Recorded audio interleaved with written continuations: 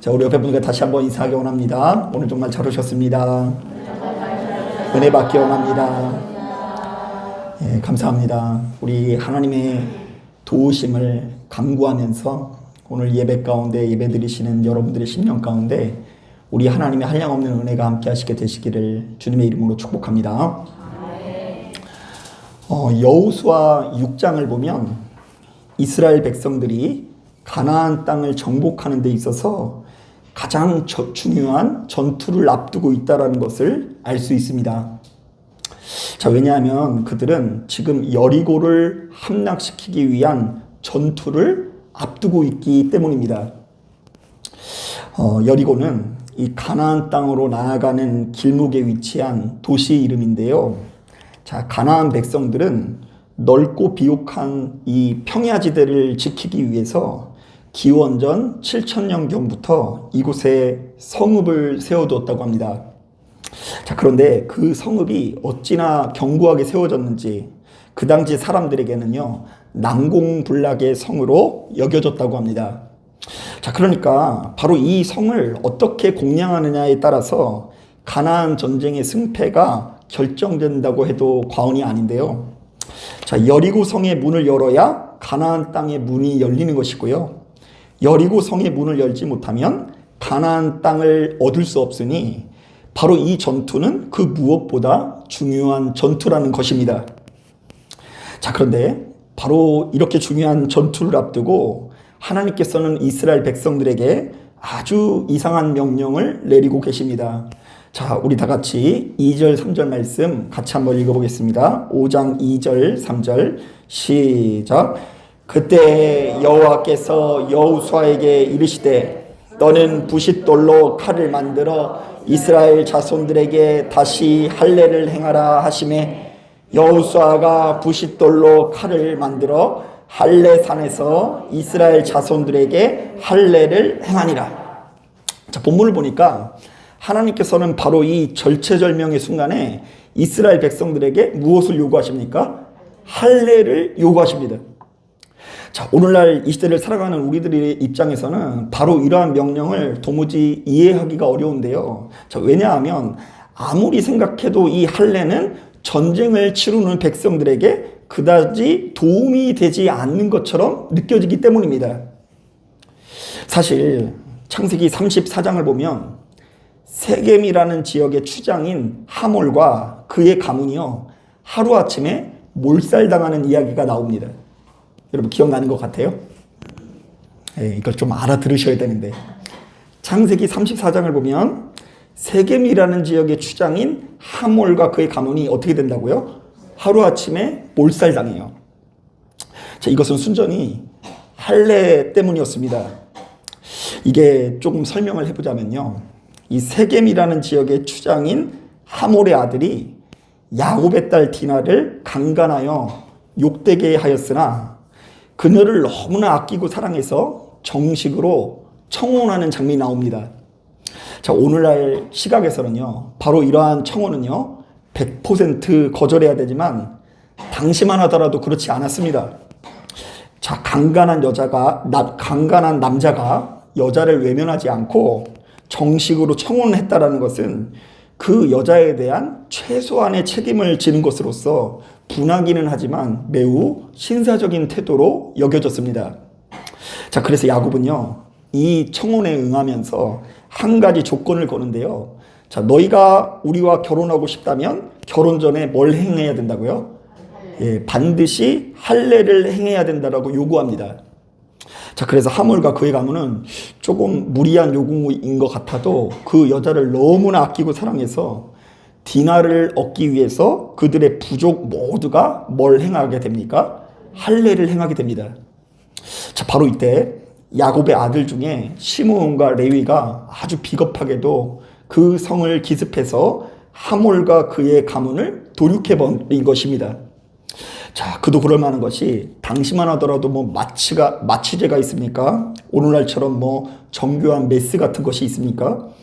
남자들이 할례를 행하면 거의 뭐 죽다가 살아나는 것입니다. 뭐 오늘날도 이게 보통 어려운 수술이 아니에요. 굉장히 이 예민한 부위에 이 굉장히 어려운 수술인데 당시에는 남자들이 거의 죽다가 살아납니다.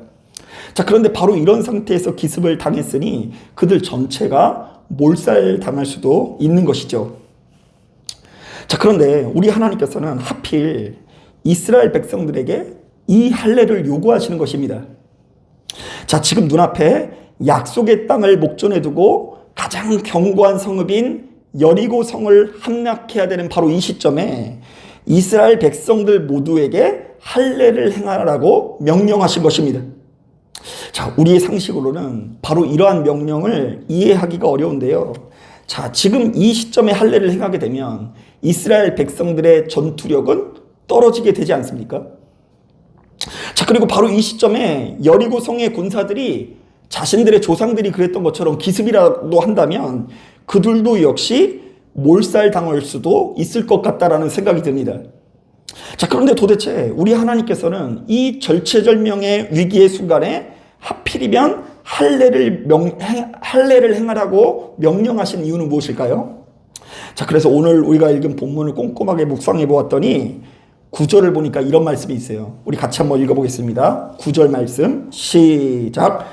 여호와께서 여호수아에게 이르시되 내가 오늘 애굽의 수치를 너희에게서 떠나가게 하였다 하셨으므로 그곳 이름을 오늘까지 길갈이라 하느니라. 자, 우리는 바로 이 장면을 주목해야 되는데요.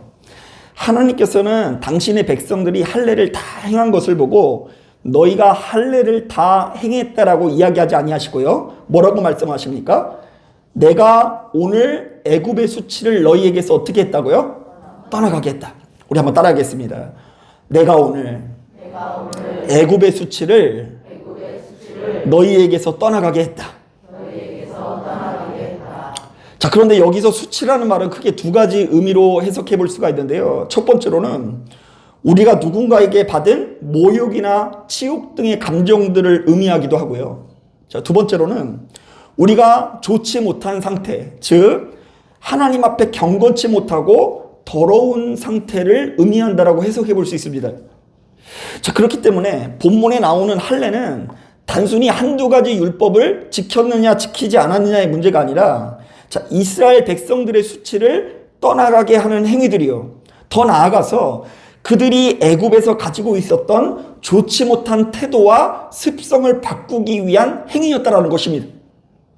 자, 그러니까 어떤 방식으로든 바로 이 할례를 통하여 이스라엘 백성들의 상태가 훨씬 더 좋아졌다라는 이야기를 하는 것입니다. 사실 우리들은 이스라엘 백성들이 애굽에서 무려 400년 동안이나 종노릇 했다라는 것을 주목해야 되는데요. 자, 그들은 일찍부터 왕 같은 제사장 민족으로 부르심을 받았으나 너무나 오랫동안 왕 같은 제사장이 아니라 어떤 모습으로 살았어요? 노예나 포로와 같은 모습으로 살았다는 것을 기억해야 합니다.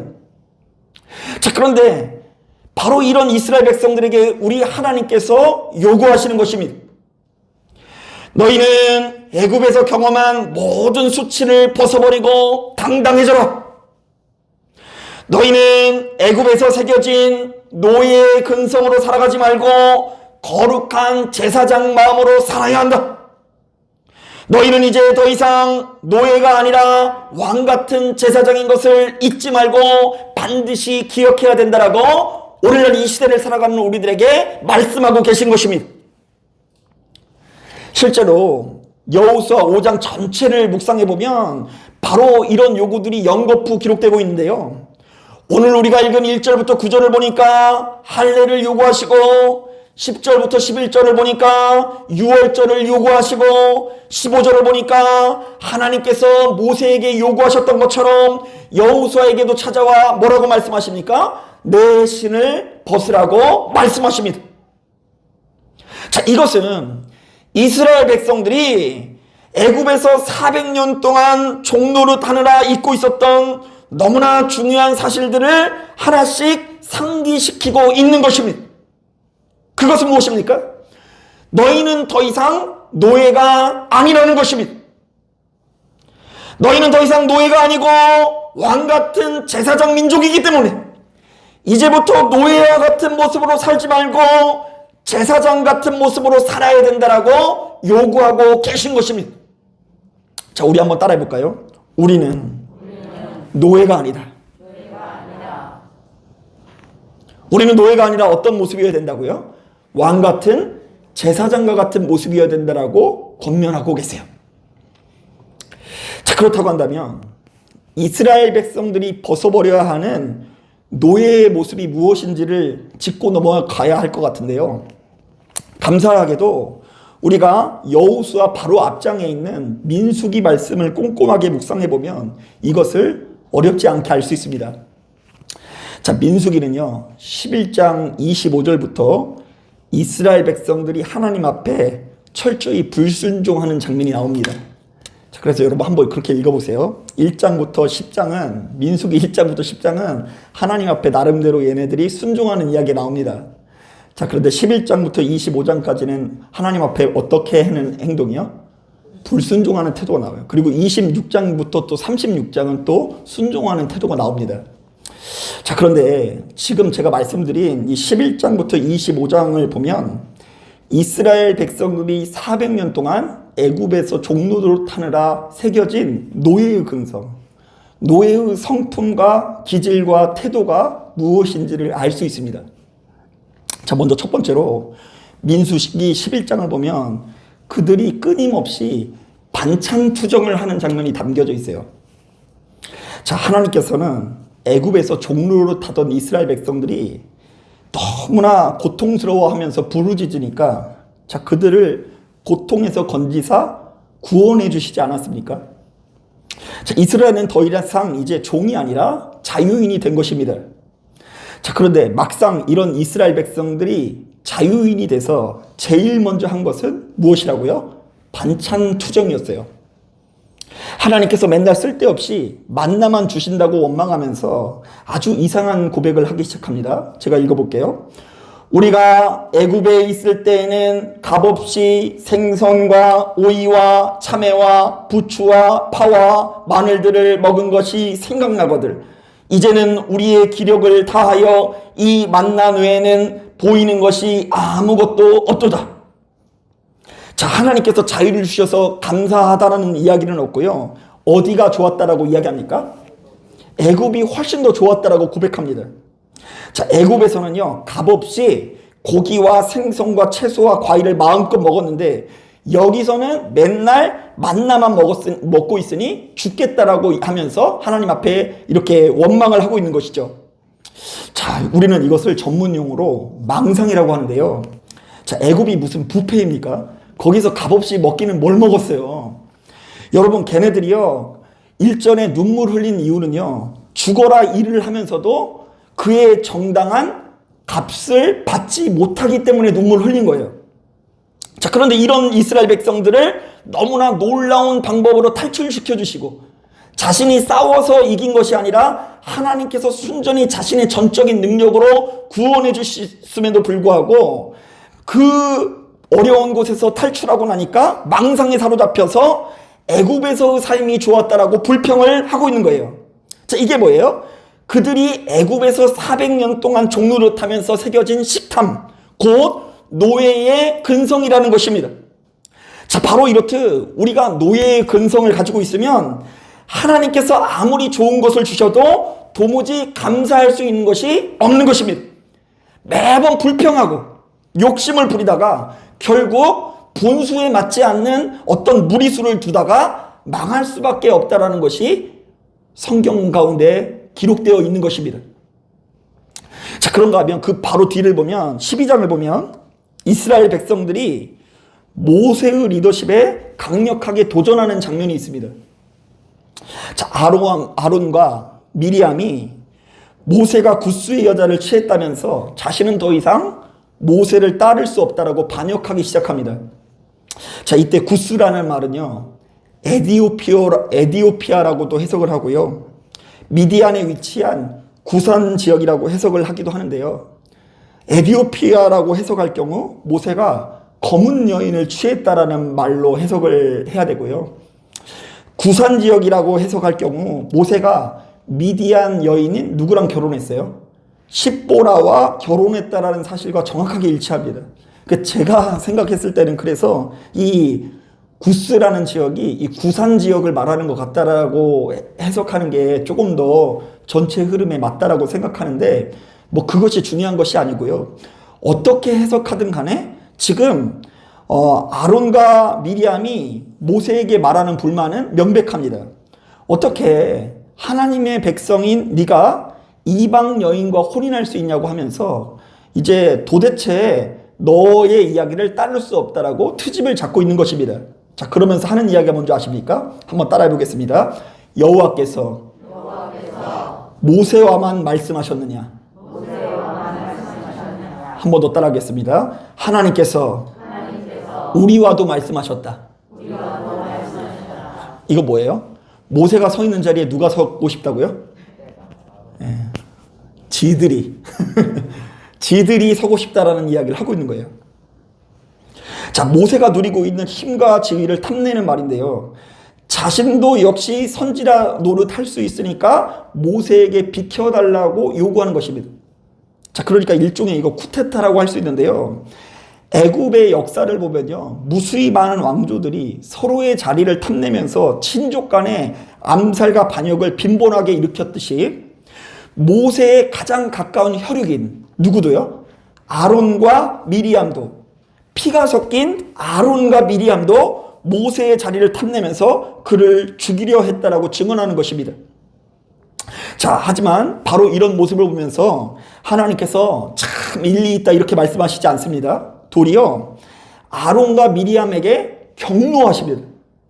그렇게 온유하신 하나님께서 모세의 자리에 나도 설 수 있다 이렇게 이야기하는 미리암과 아론에게 정말로 경노하면서 갑자기 구름 가운데 무시무시한 모습으로 임재하시더니 그들이 업신여기는 모세가 사실은 너보다 훨씬 더 낫다라고 이야기하면서 아론과 미리암에게 어떤 병을 내리십니까? 문둥병이라는 저주를 내리십니다. 그리고 하나님의 사람 모세가 아론과 미리암을 위해서 기도할 때 그들의 저주가 어떻게 됩니까? 풀리게 되는 것을 보게 됩니다. 자, 여러분, 이때 제사장 나라의 태도는 누구의 태도를 말할까요? 자신의 원수 대적을 위해서도 기도하고 그들의 죄를 용서해달라고 하는 누구의 태도예요? 모세의 태도. 모세는 왜냐하면 눈앞에 있는 사람이 자신의 백성들이기 이전에 누구의 양이에요? 하나님의 양인 것을 믿고 하나님, 당신의 양의 어리석음을 용서해달라고 기도하고 있어요. 마치 이게 누구의 모습 같아요? 눈치가 빠르신 분은 알겠지만 우리를 향한 예수 그리스도의 태도이기도 해요. 자, 모세가 그 순간 하나님의 마음이 되어서 하나님 앞에 간구하며 기도하는데 바로 이 눈앞에 있는 사람들을 용서해달라고 하는 모습이 제사장 나라의 태도이어야 한다라고 말하는 것입니다. 자, 그렇다면 바로 그 순간 여러분, 노예 근성에 사로잡힌 태도는 누구의 태도를 말합니까? 모세를 시기해서 그의 영광을 가로채려는 아론과 미리암의 태도인 것입니다. 자, 그래서일까요? 예수께서도 말씀하십니다. 스스로 분쟁하는 나라마다 황폐하여지고 스스로 분쟁하는 집은 무너지리라. 자, 바로 이렇듯이요. 우리가 노예 근성을 가지고 있으면 결단코 하나가 될 수 없습니다. 자, 맨날 이 사람은 이래서 문제, 저 사람은 저래서 문제를 하다가 스스로 분쟁하다 황폐해지고 스스로 분쟁을 하다가 무너질 수밖에 없는 것입니다. 한번 따라해 볼까요? 스스로 분쟁하는 나라는 무너질 수밖에 없다. 자, 마지막으로요. 민수기 13장 14절을 보면 가나안 땅을 정탐하고 돌아온 정탐꾼들의 보고를 듣고 이스라엘 백성들이 크게 동요하는 장면이 나옵니다. 자, 그런데 이들의 보고가 너무 상반되는데요. 한쪽에서는 이렇게 보고합니다. 그 땅의 거주민들은 강하고 성읍은 견고하고 심이 클 뿐 아니라 모래알과 같이 많더이다. 그래서 우리는 그들에 비하면 메뚜기와 같습니다. 자, 그러나 여호수아 갈렙은요, 옷을 찢고 너무 답답하다는 듯이 이렇게 이야기합니다. 여호와께서 우리를 기뻐하시면 우리를 그 땅으로 인도하여 들이시고 그 땅을 우리에게 주시리라. 자, 그랬더니 이스라엘 백성들이 양쪽 보고를 듣더니 희한하게 어느 쪽에 더 동요를 합니까? 온 백성이 밤새 통곡을 하면서 부정적으로 보고한 사람의 마음에 동요하였어요. 하나님께서 왜 이런 땅에서 우리를 죽게 만드시는지 모르겠다고 하면서 차라리 애굽에서 계속 살 걸 그랬다고 하면서 밤새 하나님께 불평을 합니다. 자, 그리고는요, 갈렙과 여호수아를 향해서 돌을 던지려고 합니다. 이 부분을 많은 사람들이 잊고는 하는데요. 이스라엘 백성들이 그냥 불평만 한 것이 아니라 갈렙과 여호수아를 향해서 뭘 하려고 한다고요? 돌로 치려고 합니다. 자, 그러나 이스라엘이 그들에게 돌을 들어서 치려고 하는 순간, 바로 그 순간에 하나님께서 그들을 막으시며 말씀하십니다. 이번에도 아주 격노하시면서 말씀하시는데요. 이 백성이 어느 때까지 나를 멸시하겠느냐? 내가 그들 중에 많은 이적을 행하였으나 어느 때까지 나를 믿지 않겠느냐? 내가 전염병으로 그들을 쳐서 멸하고 내가 그들보다 크고 강한 나라를 이루게 하리라. 자, 그러나 이번에도 모세가 그들을 위해서 눈물을 뿌리며 기도하자 하나님께서 그들에게 재앙을 내리지 않고 심판을 거두시는데요. 하지만 이로 인해서 그들이 약속의 땅에 들어가는 것이 몇 년이 유보돼요? 40년이 유보되는 장면이 펼쳐지게 됩니다. 자, 여러분, 이때도 마찬가지예요. 제사장 나라의 태도는 누구의 태도를 말할까요? 나와 동행하시는 하나님을 바라보며 승리의 확신을 가지고 그 땅을 얻기 위해서 설레이는 마음을 간직하는 여호수아 갈렙의 태도입니다. 그리고 이번에도 죄악 가운데 있는 이스라엘을 위해서 끝없이 눈물 흘리는 누구의 태도예요? 모세의 태도인 것입니다. 자, 그렇다면 노예 근성에 사로잡힌 태도는 누구의 태도입니까? 남의 말만 듣고 자기가 직접 봤어요, 안 봤어요? 자기가 약속의 땅을 본 적이 있어요, 없어요? 본 적도 없이 남의 얘기만 듣고 절망에 사로잡혀서 자신의 인생이 끝날 것처럼 말하는 대다수의 이스라엘 백성들의 태도가 노예의 태도인 것입니다. 여러분, 사람이 이렇듯 노예 근성에 사로잡히면 결단코 약속의 땅에 들어갈 수 없습니다. 설령 그 땅에 들어간다고 할지라도 그 땅은 변질되어서 이스라엘 백성들에게 좋은 것을 가져다 주지 않는 것입니다. 자, 그래서 모세는 이스라엘 백성들에게 거듭해서 이렇게 말씀합니다. 너는 애굽에서 종되었던 일고 내 하나님 여호와께서 너를 거기서 속량하신 것을 기억하라. 자, 그런데도 놀랍게도 이스라엘 백성들은 바로 이 말씀을 도무지 받아들이지 않고 그들에게 새겨진 노예 근성을 좀처럼 벗어내지 못합니다. 자, 그래서 지금 제가 민수기의 아주 일부분만 얘기했는데요. 11장부터 25장까지 계속해서 이게 순서대로 반복됩니다. 툭하면 주신 것에 감사하지 못하고 반찬 투정을 하고, 툭하면 모세의 리더십에 대항해서 반란하는 이야기가 일어납니다. 아론과 미리암뿐만 아니라 고라와 아비람이 반역을 하면서 모세의 자리를 탐내는 것을 볼 수 있습니다. 자, 그리고 툭하면 두려움에 사로잡혀서 싸워보기도 전에 패배의 언어를 사용하게 됩니다.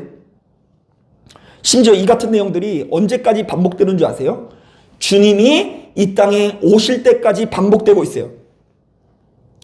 자, 그러나 우리 하나님께서는 바로 이런 이스라엘 백성들이 여리고 성과의 전투를 앞들고 그들에게 만연해 있는 노예 근성을 벗어버리기를 요구하신 것입니다.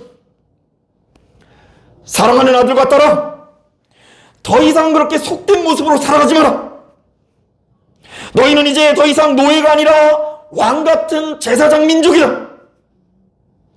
그러므로 너희는 제사장 민족으로서 가지고 있어야 되는 품위와 아름다운 성품을 잃어버리지 않기 위해서 노력해라. 그러면서 어떤 말씀을 하신 줄 아세요? 사람이 떡으로만 살아가는 것이 아니요 여호와 입에서 나오는 말씀으로 사는 것을 깨닫고 식탐에 사로잡혀 더 이상 반찬 투정하지 마라. 스스로 분쟁하는 나라마다 황폐하여지고 스스로 분쟁하는 집은 무너진 것을 깨닫고 너희는 하나님의 백성으로서 하나가 되라. 네가 나가서 적군과 싸우려 할 때에 말과 병거와 백성이 너보다 많음을 볼지라도 그들을 두려워하지 말라. 애굽 땅에서 너를 인도하여 내신 내 하나님 여호와께서 너와 함께 하시느니라. 할렐루야. 자, 그러니까 우리 하나님께서 보셨을 때 가장 중요한 전쟁 준비는 바로 이것이었습니다. 지금 눈앞에 있는 여리고 성을 함락시키고 약속의 땅을 정복해 나가는 정복전쟁에서 가장 중요한 것은 이스라엘 백성이 노예 근성을 벗어버리고 제사장같이 거룩한 태도를 간직하는 것이야말로 그 무엇보다 중요한 전쟁 준비로 여기셨다라는 것입니다. 그렇기 때문에 여리고와의 전쟁을 앞두고 우리 하나님께서는 도리어 무엇을 요구하십니까? 아브라함 때 명령하셨던 할례를 요구하시고요. 애굽에서 탈출하는 과정에서 가장 강력한 표적이 나타난 그 순간에 드렸던 유월절을 요구하시고요. 하나님께서 모세를 부르실 때 명령하신 그대로 그들의 지도자 여호수아에게도 신을 벗으라고 요구하시는 것입니다. 자, 사랑하는 여러분, 지금 여러분들은 전쟁 준비를 잘 하고 계십니까? 혹시 성경에 나오는 이스라엘 백성들처럼 아직도 여전히 노예처럼 살아가고 있는 것은 아닙니까? 이미 자유인이 되었음에도 불구하고 애굽에서의 삶을 그리워하면서 입만 열면 반찬 투정하고 있는 것은 아닌지 돌아봐야 합니다. 또한 하나님을 믿는 백성으로서 남들에게 좀 더 인정받고 좀 더 높은 자리에 올라가는 재미만 알고 매번 스스로 분쟁하는 자리에 있는 것은 아닌지 돌아봐야 돼. 한번 따라해 볼까요? 내 입술의 언어는 분쟁의 언어인가? 화해의 언어인가? 이 사람은 이래서 문제, 저 사람은 저래서 문제라고 막 이 사람 저 사람 안 좋게 이야기하고 다녔는데 하나님께서는 격려하시면서 말씀하시는 거예요. 저 사람이 너보다 낫다. 너처럼 말하고 다니는 것은 노예와 같은 언어 생활이다. 그러한 언어로는 복을 받을 수 없다.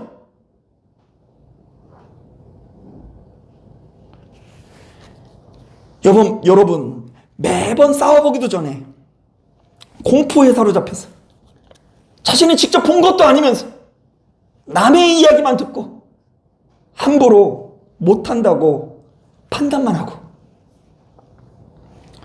우리는 하루라도 빨리 이러한 노예의 삶을 벗어버리고 주님의 말씀을 기울여야 하는데요. 자, 주께서는 바로 이러한 맥락에서 오늘날 이 시대를 살아가고 있는 우리들에게 너무나 중요한 말씀을 전하고 계십니다. 자, 첫 번째, 누가복음 4장.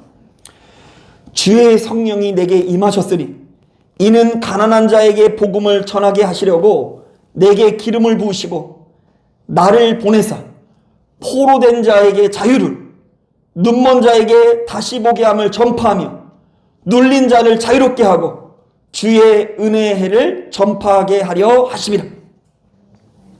한번 따라해 볼까요? 주의 성령이 내게 임하셨으니 포로된 내가 자유를 누렸다. 또한 요한복음 8장을 보면 이런 말씀이 있습니다. 너희가 진리를 알지니 진리가 너희를 자유케 하리라. 이게 중요한 이유는 뭐냐면요, 여러분 예진이 무슨 뜻인지 아세요? 네, 제가 이렇게 어디서 이야기를 하면 옛날에 사귄 아가씨 이름이 예진이냐고 물어보시는 분이 있는데 그런 게 아니고요, 예수 진리예요. 예수가 진리라는 말 안에는 다양한 의미가 있는데요, 우리가 예수께서 전하신 진리가 우리에게 임하면 우리 안에 있는 고통이 사라지고 노예된 태도가 사라지고 자유하게 된다라는 의미가 담겨 있는 거예요. 여러분, 자유해져야 될 줄로 믿습니다. 결국 하나님을 믿는 백성들이 고통에 빠지는 것은 우리 안에 있는 노예된 습성을 버리지 못하기 때문에 고통에 빠지는 거예요. 그래서 대개의 고통은 나에게서부터 시작되는 경우가 많습니다. 나의 언어 생활, 내가 원수를 대하는 태도, 내 마음에 들지 않는 사람을 어떻게 대우하는지의 모습을 보면 내가 무엇 때문에 고통스러워지는지, 무엇 때문에 괴로움에 빠지는지를 알 수 있는 것입니다. 사랑하는 여러분, 우리가 이런 차원에서 진정한 약속의 땅을 누리기 위해서는 맨날 무기 탓, 장비 탓, 군대 탓, 통장 탓 할 것이 아니라 우리의 속사람부터 거듭나야 한다는 것을 기억하십시오. 시간이 흐를수록 노예의 모습이 아니라 왕같은 제사장의 품격을 가지시면 왕같은 제사장이 누릴 수 있는 영광을 누리게 되어 있는 것입니다. 여러분, 우리는 하루라도 바로 이러한 주님의 음성을 들으시고 시간이 지나면 지날수록 내 안에 있는 좋지 못한 태도는 다 십자가에 매달고 주께서 허락하시는 가장 아름다운 진리의 메시지가 우리의 성품 되어지는 역사를 누리시게 되시기를 주님의 이름으로 축복합니다. 자, 기도하겠습니다.